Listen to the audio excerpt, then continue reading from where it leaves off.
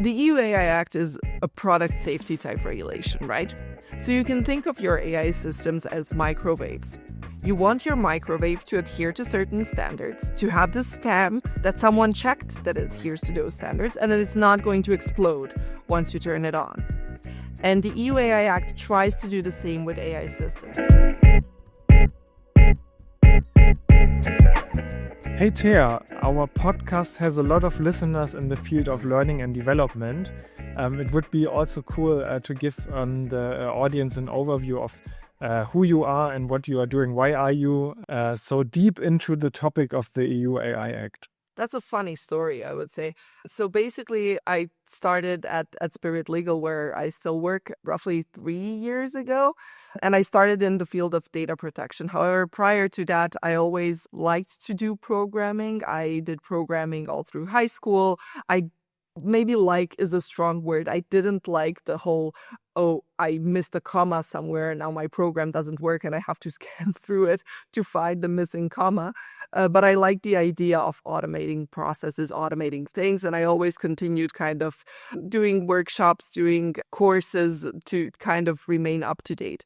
And then I started working here. I started working in data protection, and we did some pretty cool things, pretty advanced things, ad tech, real-time bidding, so machine learning-based technologies, basically. And at roughly around the same time, the EU AI Act started getting more serious. So we already had the first proposal, but for the first proposal, there were a lot of skeptics out there saying that, it's going to basically wither and die, like the privacy regulation. And around that time, we already had ChatGPT coming out soon after, and people were starting to take that more seriously. And I had the awesome opportunity or luck, I would say, that the senior partner here at the firm, Peter Henze, who I still work with, kind of said, okay, devote your time to this, figure this out. Can we offer services as a law firm in this field? As you said, it's a highly technical regulation. And so I did that, and fast forward a year or so, it actually got accepted as law. So it got voted in as law. It still isn't applicable. As I say, the first provisions are becoming applicable next Monday. So basically, the companies are still kind of, seeing how the things are developing. They are starting to search for first advice. And there are some that are taking it more serious than others. So there are some that I already built compliance programs for, implemented internal processes to kind of be ready for battle once the application period begins. So once all the provisions actually become applicable, others are still focusing mostly on AI literacy, so kind of like first trainings, first workshops, recommendations, how to use ChatGPT in a less legally risky way, because it's always legally risky. But it's a very diverse type of questions that I get, and a very diverse set of things that I can do. But it was kind of like a natural transition from being interested in AI towards doing digital law, towards kind of ending up in a niche that combines both of those things. And why should they care about the EU AI Act? Well, it depends on what they are developing, basically. But as far as software goes, and that software wants to be in any way deployed or influencing the European citizens, they will have to care about the EU AI Act, unfortunately, because basically it has a very broad scope, and it's going to be applicable to a lot of things, even things that, most machine learning scientists and developers probably would not have called AI up until 5 minutes ago. But now they're going to have to, at least legally, it's going to be AI, and therefore also in the scope of the EU AI Act. And, avoiding fines is usually a strong motivation to care about something. Okay, yeah, that's a good point. And if we not talk about software developers, but people in organizations developing people, so in the HR department, why should they care about the EU AI Act? Isn't it something very technical and just compliance? Yes and no. You picked a very difficult example, to be honest. The HR people should definitely care about it, because HR is one of the high-risk uses of AI because it impacts people, and the whole purpose of the AI Act is to achieve this trustworthiness, this sense of we are only using AI systems in a responsible way, or at least that's the sentiment that the AI Act kind of tries to achieve here. And HR purposes are usually the tricky ones. So using AI systems in any part of an HR process will usually mean that it's going to be a high-risk purpose, and you should definitely care about the AI Act. But in terms of many other departments, well, it's probably going to be their employers who are going to have to worry about it more, I would say. So AI literacy, for instance, is one of the provisions that is applicable, well, basically starts being applicable next week. And it applies to all providers and deployers of AI systems, so not just developers, but also the companies just procuring and using AI systems. And it applies regardless of the risk category. So that is something that everyone needs to be mindful of, at least to a certain extent. Now, how exactly these provisions will be enforced, that is a big question mark, at least in my mind. But it's definitely in there. It's the fourth provision of the whole act. So it's going to be very important to the authorities. That's at least my assumption. How important it's going to be is probably going to depend, however, on the particular role in the particular system. Mm-hmm. Okay, so that means in any company where someone is using the company-owned ChatGPT version, for example, or Microsoft Copilot, they need to train their people. Absolutely. Absolutely. And let me just add here, this is one of the provisions of the AI Act, which I find very sensible, I would say. I mean, yes, okay, AI literacy, getting that, sorted and not getting into legal trouble, that's nice. But having, employees who actually know how to use these things and know what the risks are is probably even better. Mm-hmm. I had clients do all sorts of nonsense with Copilot, and Copilot, giving access to documents which are supposed to be up and above of a certain access level only available, but then employees at a lower level getting information extracted out of those documents. So, if you don't do this the right way, if you don't set up proper access rights, if you don't tell your employees what they can and cannot prompt into the system, you're going to get into all sorts of trouble. And then you're also going to have AI Act trouble on top of that. So definitely, if you're using ChatGPT or Copilot or anything similar internally, I definitely think that you should be coaching your employees how to use it. And the AI Act will now only have to be a part of that coaching training or whatever you want to call it because of this AI literacy provision. But it's definitely not the only reason why you should be doing that. Mm-hmm. Okay, and you said in the beginning already that it's a big question mark in your mind how to enforce this. What is your expectation? So will there be an AI police going to every company, and to whom actually in the company to check whether this is implemented? So the EU AI Act is going to mostly be enforced by market surveillance authorities. Now, market surveillance authorities are usually the ones that enforce things such as antitrust regulation. Not to say that the antitrust authorities will be enforcing it. It's just a similar fashion of enforcement. So it is not really a person going and suing for a violation of a provision of the EU AI Act, but it's rather this conformity pre-approval process. So before you even place your system on the market, you need to get it pre-approved through a conformity assessment procedures. Now, the way that works is if a damage occurs, basically you're going to get checks of all the internal documentation once again, checks if you actually fulfilled all the conditions, because one of the ways in which you can obtain this conformity assessment is through internal assessment. So basically you assess yourself for conformity, then you can rest assured that they are going to double check everything that you assessed as in conformity with the AI Act. Now, when you look at it that way, then AI literacy as one of the mandatory provisions of the EU AI Act will also be one of the things on the list of the authorities that they will check for. So if your system causes trouble, or if a system that you use causes trouble, causes damages, someone complains, then checking if your employees knew how to use it and what the risks are is definitely going to be one of the things on their radar. And one can think of various ways you can prove actually performing these trainings in an appropriate interval with the appropriate content being provided by an appropriate person at the end of the day. But there will have to be some proof that you actually conducted something or did something to work on this AI literacy to avoid being liable to a full extent, for instance, because you didn't tell your employees what they can and cannot do with this. Okay, that means if, for example, an employee types in customer data or publishes a patent, for example, in such a system and that gets leaked, then there will be checks. And then if the employees were not trained properly, then the fine will be higher in the end. Yeah, at least that's my assumption. I'm not excluding fully the possibility that authorities will do targeted checks, for instance, in certain companies that are bigger, in certain companies that maybe, I don't know, behaved badly in terms of the GDPR. So they're expecting them to not comply with the regulations. So that is not excluded. So the authorities can conduct investigations, but will they actually do that, or will they do that for AI literacy, which is a rather vague and, basically not at all concrete provision of the act. It's basically, do your best to coach your employees and everyone actually in contact with the system for that matter. That is a very fluffy provision. How do you test for that? I mean, did you do your best?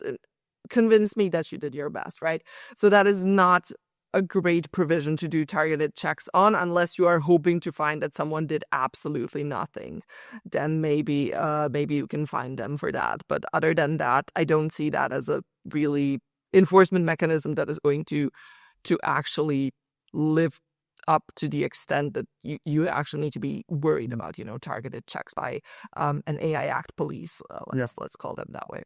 Who is this, the EU AI Act police actually, or the authorities, as you call it? As far as I know, most countries or even all countries have not yet officially decided who is going to be the enforcer.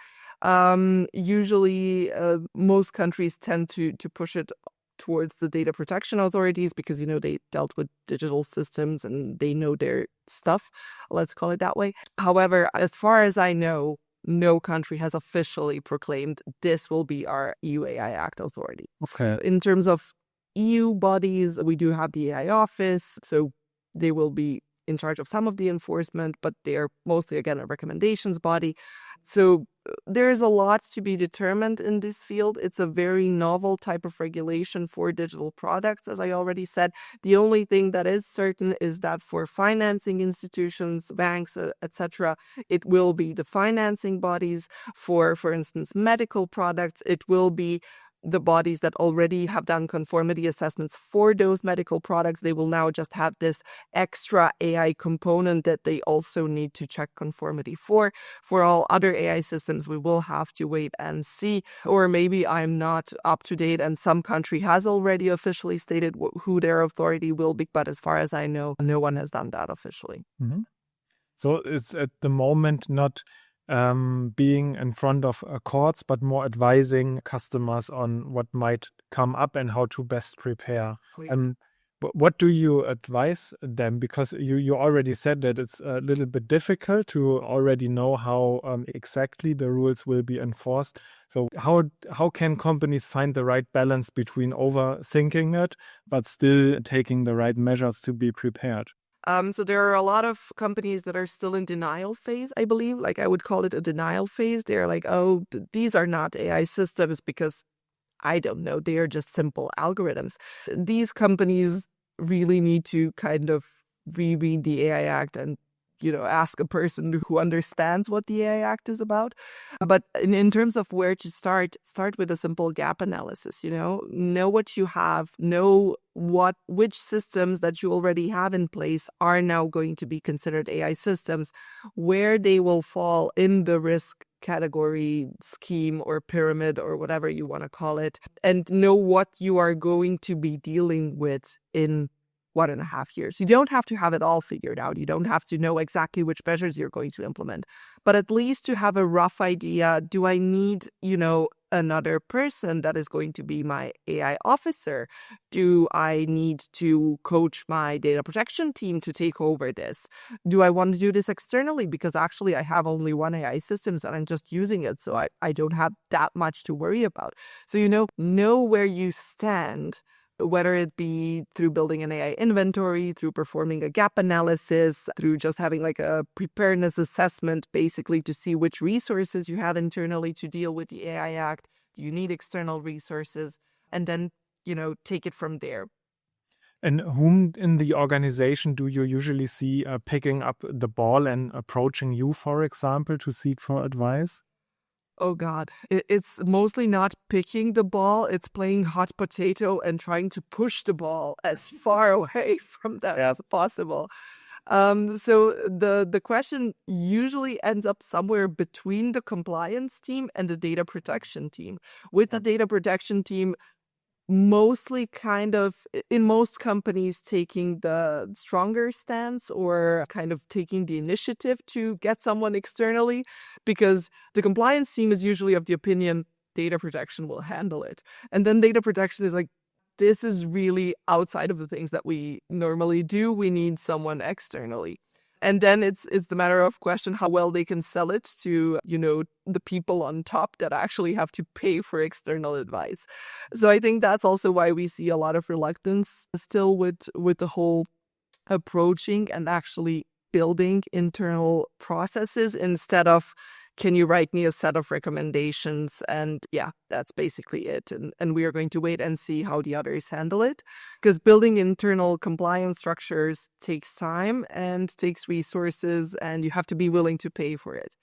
So it's a tricky question, but if the companies that do manage to convince higher ranks, so the C-suite, that this is important, or that have a C-suite that knows that this is important, they're the ones actually doing things and willing to pay to have things done to be prepared for the thing. But it usually starts kind of from compliance or data protection that is tired of fighting with IT and telling them, guys, I think we need to slow down and not implement every AI system that you guys want to implement. Mm-hmm.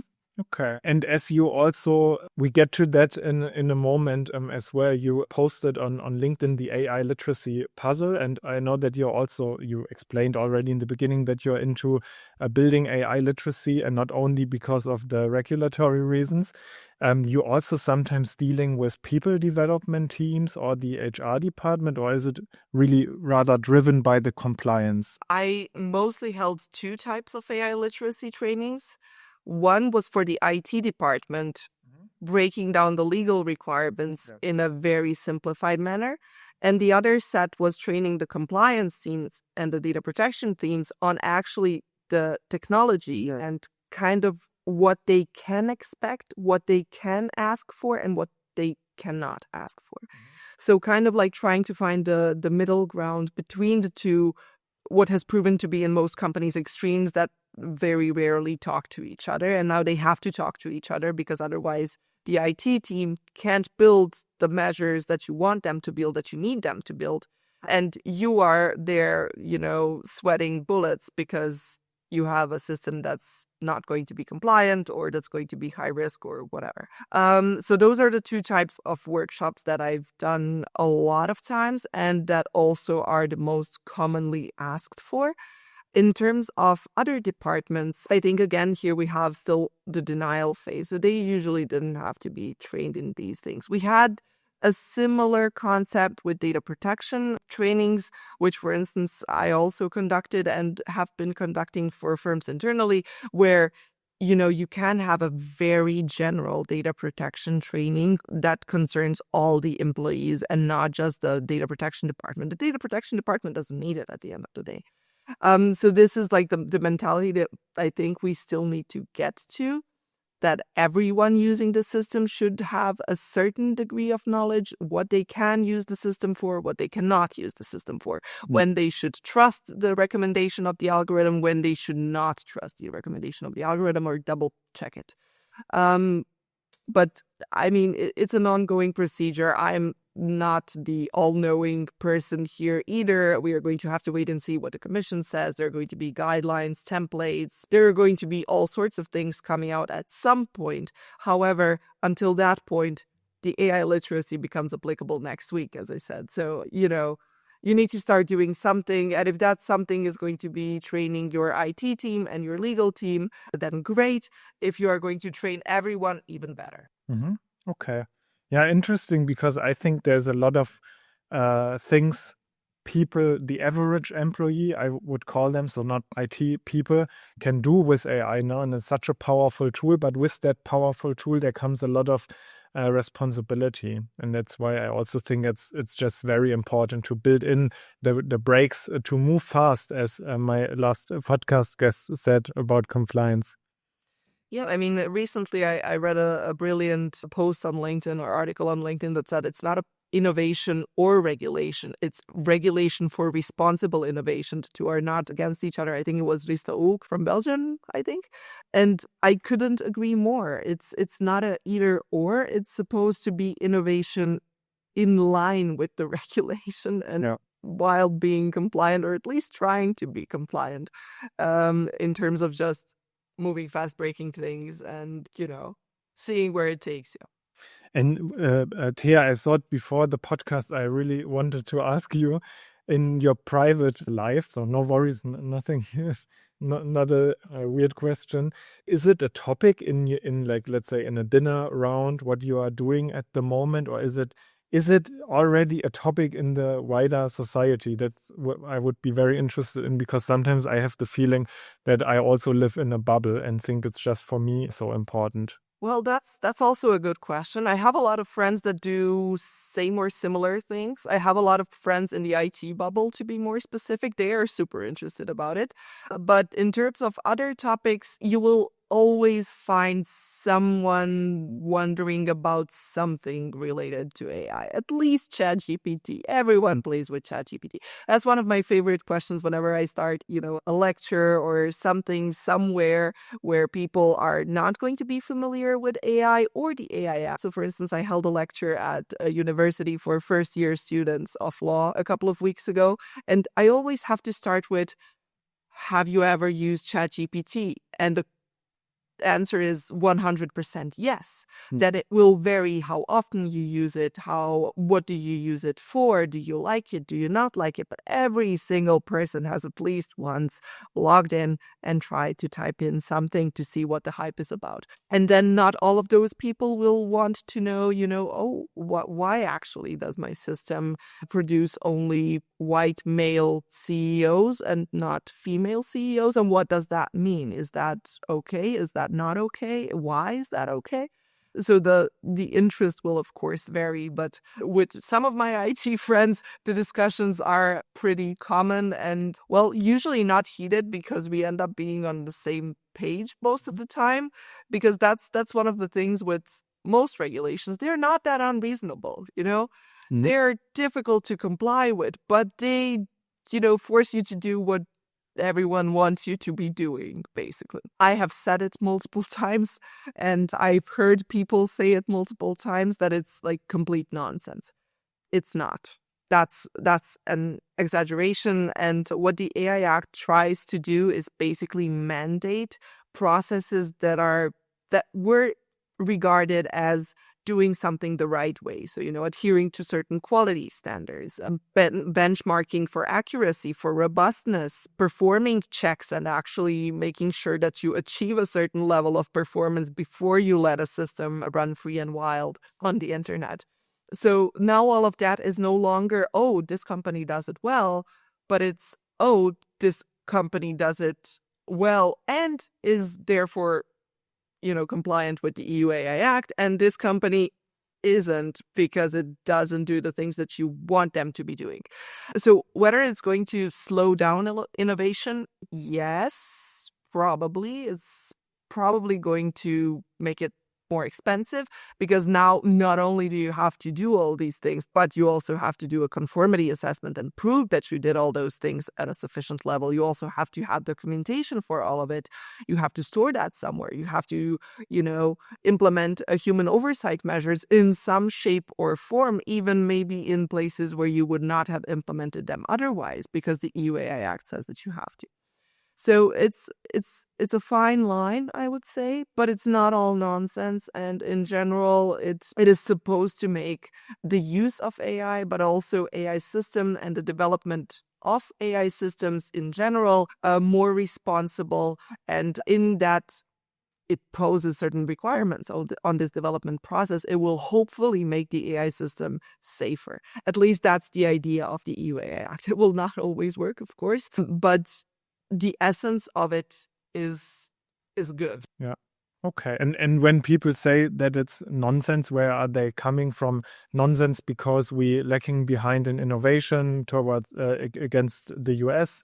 I heard this argument. Or is it nonsense because it won't be enforced anyways? So what is the direction? It depends on who is telling you that it's nonsense. So some are of the opinion that it's useless, that it's not going to be enforced, that no one can enforce whatever this is, and therefore it's useless. There are people that claim everyone's going to move to the US. I'm sure that some companies will decide to move to the US, but at the end of the day, it's not like the US doesn't have any regulation. We'll see now what happens under Trump, but most regulations that are in place in the US are state laws, and there is a lot of them. And if you want to operate across the US, you're going to have multiple different state laws to adhere to. So it's not like it's a walk in the park, but sometimes it does that in a nonsensical way. So I'm going to give you an example that I always use, which is Article 14, again, human oversight, which says that human oversight can be exercised through something like a stop button, where the law literally uses stop button, using quotation marks. And then you have to ask yourself, okay, what? Should I have a stop button on ChatGPT? Do I stop all API users momentarily with that stop button? Is it like a big red button that I just press and everything shuts down? Is it a stop button in that I can turn it off as an individual user? Like what difference does that make them? Not every AI system is an autonomous vehicle where, you're going to shut it off if you see that it's going wild. But some AI systems are software-based, integrated through APIs into a bunch of other systems. And no, you can't just press a big red button, because you're going to cause more trouble than you're going to solve. But these things are always, circumventable, not circumventable, but, human oversight measure in the AI Act says that is one of the examples. So I am of the opinion, once I reread the thing way too many times for my own good, that you can always find the appropriate measure. So for some, it's going to be checking statistics at the end of the month, or, having border decisions flagged and then checking those decisions to see why a certain decision was made or not, or flagging certain inputs that the user makes into the ChatGPT-powered chatbot. So human oversight can take various shapes and forms. The unfortunate use of the word stop button in the law is just an unfortunate use of the word that kind of tries to play with these technical concepts without really understanding them in some places. Yeah. It gives a lot of room for interpretation, right? What a stop button means. Okay. And maybe we can also get into a very simple explanation of the EU AI Act, because we haven't done it. And then also we can dive a little into the book you wrote in a second as well. But how would you explain the EU AI Act to, let's say, 12-year-olds? It's a prompt I usually like to use as well for ChatGPT. I mean, to a 12-year-old, difficult. Alternatively to a C-level. You can also try that. God. So the EU AI Act is a product safety type regulation, right? So you can think of your AI systems as microwaves. You want your microwave to adhere to certain standards, to have the stamp that someone checked that it adheres to those standards, and that it's not going to explode once you turn it on. And the EU AI Act tries to do the same with AI systems. So you're supposed to fulfill certain standards throughout the development process. Somebody's going to check those standards at the end. And then you're going to literally stamp. There is, a CE marking as a provision in the EU AI Act. So you're going to stamp your product as compliant and therefore probably not blowing anything up. So that's kind of the idea behind the EU AI Act. It's not any particular right that we are trying to enforce. It's more achieving the sense of trust in the market that I'm buying or acquiring something that is of high quality, that is safe, that is not going to explode, not going to kill anyone or in any way harm them. Mm-hmm. And what is written there? So what is basically the whole content of the EU AI Act? So it imposes very specific requirements on this developmental process of, nota bene, high-risk AI systems, and that it still works as intended, basically. And then some of these requirements are super specific, as I said, like human oversight or logging, for instance. And some are very vague. For instance, the quality management system that, has another 20 bullet points of everything that you need to be having, which is mostly internal processes, compliance mechanisms, post-market monitoring. So it's all sorts of things, AI strategy. So it's all sorts of things that are kind of being put into one whole, which we then call quality management system, which is this incredibly broad company-wide thing that is going to somehow make sure that we develop safe AI systems. So the EU AI Act is kind of all over the place. That's also, one of the key problems with it. It tries to regulate a lot of different things at a lot of different levels, from very specific things to very broad things and company-wide things.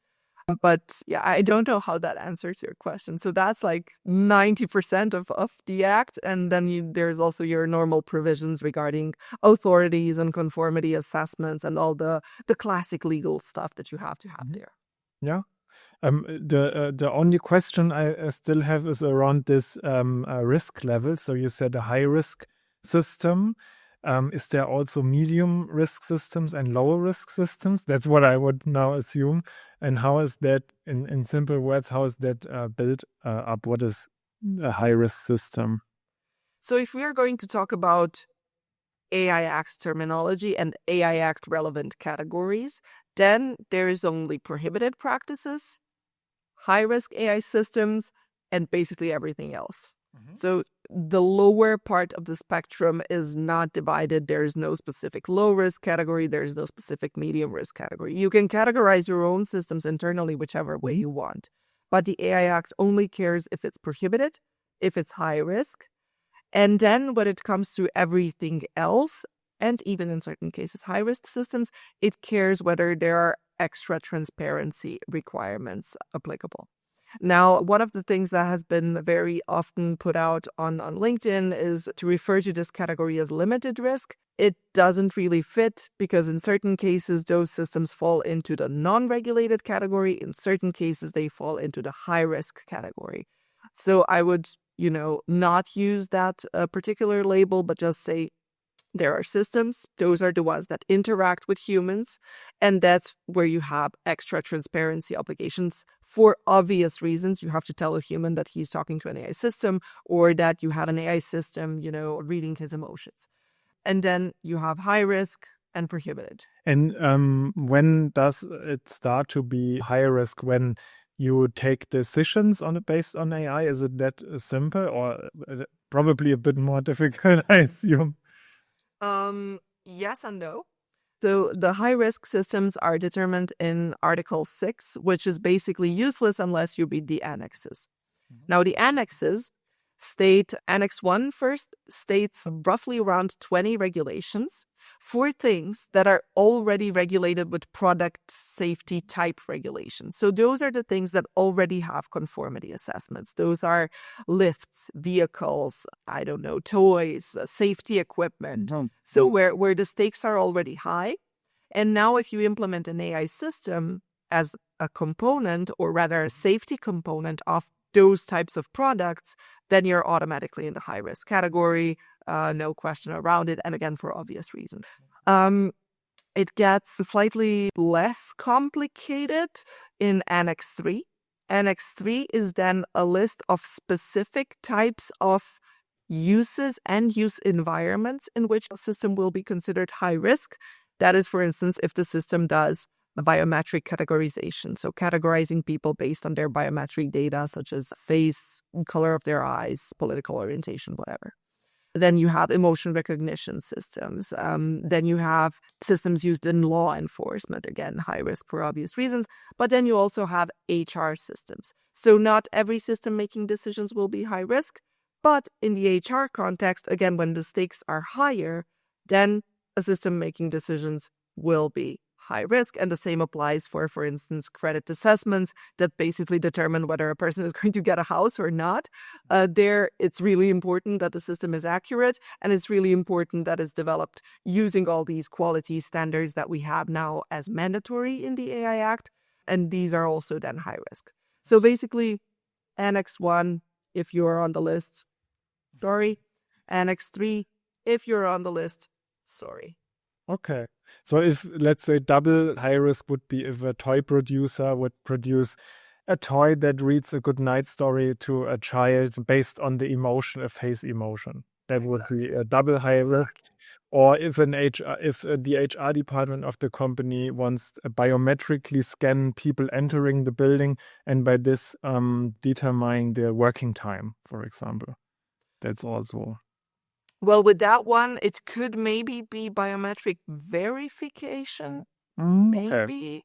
But if, for instance, you would, there are still a lot of people out there who think that, facial lines kind of determine your level of intelligence. So if you would in any way use that in the HR process of, not even selecting your candidates, just making a list of who should be invited to an interview sooner because they are probably a better candidate, then you are again probably in the double high risk. Okay. You get a salary increase based on how intelligent you look.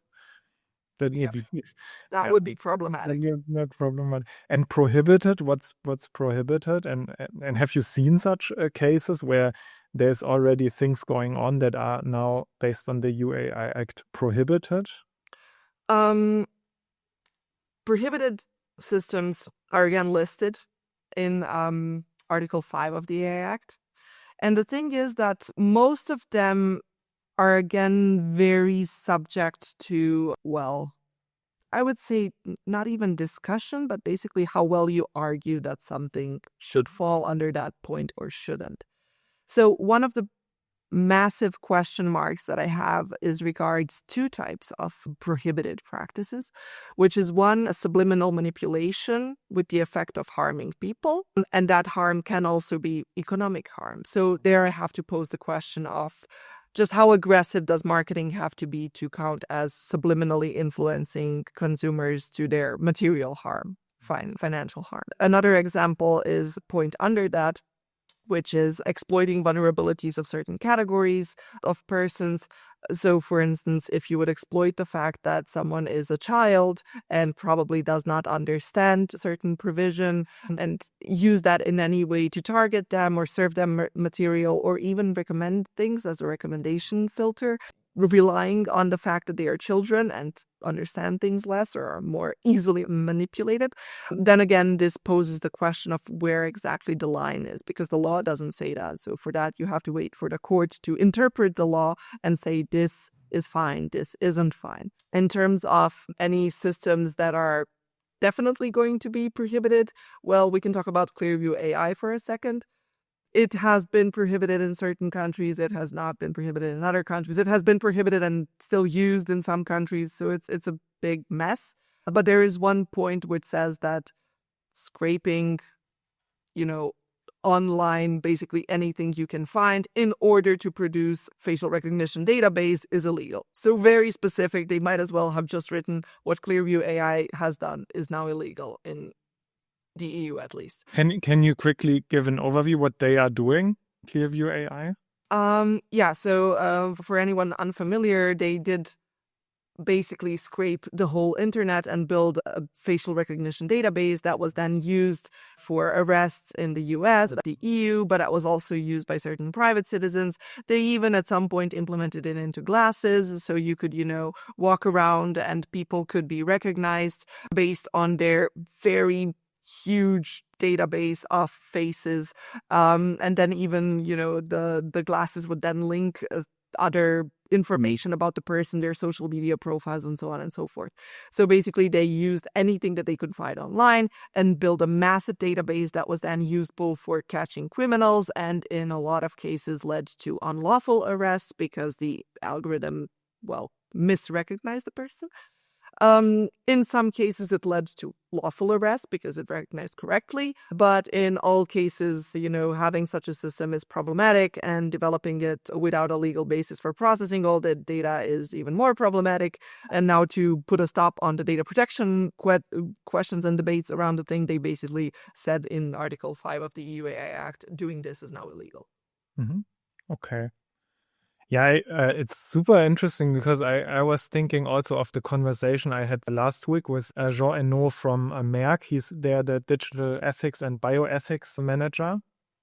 And we were talking about trial data and how to build AI based on trial data when developing new medicine. And this is also potentially, if you have the wrong data, it can also harm people. So then I assume that the pharma companies, that's why also they invest a lot in being compliant and taking care of their AI, which I have the experience that also like Merck, we heard last week, a lot of companies are taking very serious, which I find super cool. I mean, for them, I think they're used to being kind of, strictly examined and basically stripped down, and everything is checked to see how they did things to ensure accuracy, but also to ensure, that the algorithm doesn't discriminate or isn't biased or all sorts of things. Again, regardless of the whole law debate. So it's, lives are at stake or health is at stake. So the stakes are in generally higher. And that's also why I believe that those companies are kind of, usually not in the denial phase. They're like, okay, this is now one more thing that we need to, be mindful of, as opposed to some other companies that are used to being able to just do things and then, either someone checks or they don't. If you're a medical company, someone is going to check, and they're probably going to check soon. And if you are sitting there with an unlawful product because you use data that you were not supposed to use, well, you have a problem. Some startups developing medical AI type of things, and there isn't a lot of data out there. And even the data that is out there is almost unprocessable due to, GDPR restrictions, or if you want to do it correctly, you have to invest a lot of money, which you as a startup don't have. So it's a tough one. I can tell you that. Okay, cool. We've talked about the high-risk systems and prohibited. So when I'm now an employee typing in something in ChatGPT or in Copilot, then again, why is it important for me to know about these things? I just want to write some emails with AI, right? So can you give an overview there? I think particularly when it comes to ChatGPT and those types of systems, because they're not high risk in most cases, right? Particularly there, it's important to raise this awareness that not only if you type someone else's name, is that name going to be, it's some shape or form stored in the system, it might come out at some point. But if you enter any of your own data, that data will also be stored in the model and might come out at some point. Yeah. So that's one thing. Second thing is, let's talk about hallucinations for a second. If you don't do training with your employees, again, regardless of, you're supposed to double check everything and you're not supposed to disseminate fake news and you're supposed to be transparent and all the rest that the EU AI Act says that you're supposed to be doing, you don't want your employees to use hallucinated information in their emails. And if they are not aware that that happens or how that happens, they will probably be too lazy to check because they have an email that was written for them and it looks convincing. So particularly when it comes to these types of systems that are widely available, they're going to be used. So you might as well ensure that they're used in a responsible way. And then on top of that, you're also complying with now legal requirements of AI literacy. And then fourth point, these transparency obligations that I briefly mentioned also apply for content generation. So general purpose AI, but content generating general purpose AI, meaning ChatGPT, Stable Diffusion, whichever one you want to use, where you have to clearly state that something is produced using AI or AI generated or assisted AI generation, even that. And that is something, again, that people need to be aware of. Even when writing an email, like how well do I have to check the email? How much do I have to rewrite it in order to not have to disclose that it's an AI-generated email? And am I willing to take the responsibility for any potential nonsense that stands in their email if I haven't said that it's AI-generated? So those are the type of questions that you can't really answer if your employees are not even aware that that might happen or that that's an issue. Makes sense, yeah. Leaders could decide to compare, let's say, CVs on whom to hire, and there could be biases based on this, and then boom, you already have something that might fall or is a bit more high risk, or it might be high risk. Exactly. Okay, cool. Then, Thea, you wrote the book about the EU AI Act as well, and I would like to know who should read it and why. So the book basically follows the life cycle of an AI system. So it's not your, legal commentary going article by article and referencing other articles and other regulations or, judicial decisions or whatever. We ordered the articles, me and my co-author, Peter, we ordered the articles in a way that follows the AI life cycle, which means that you can focus only on a particular part of the cycle that you're interested in.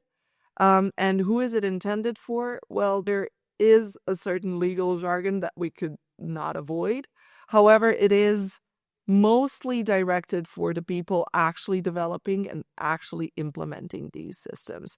So the whole idea with the AI life cycle is that a developer, can take this book and can know roughly what they have to do in order to develop a compliant system, or at least in order to, not develop something that is so uncompliant that you might as well have thrown away 4 years of your life. So we have tried to simplify it. We have tried to use the least amount of legalese possible and to kind of break it down in a logical way, which makes a person that cannot read the AI Act because it's way too complex, way too legalese, way too all over each other, and not in a sensical order, so that they can know what the law wants them to do, or at least get an idea of what the law wants them to do.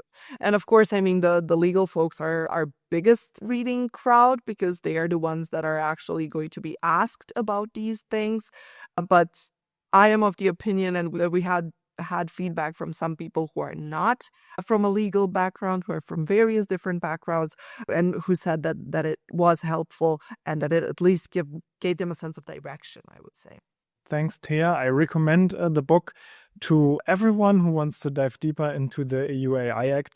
I found the conversation with you super insightful. I'm happy that we brought some light into this very technical and legal topic, and I hope a lot of people in our audience can benefit from it. Thank you so much. Thank you for having me, and any follow-up questions from the audience, I'm here. You can connect on LinkedIn. I post a lot, articles, visualizations, graphics. I do a lot. Connect, shoot questions, I'm here. Thank you. Thank you.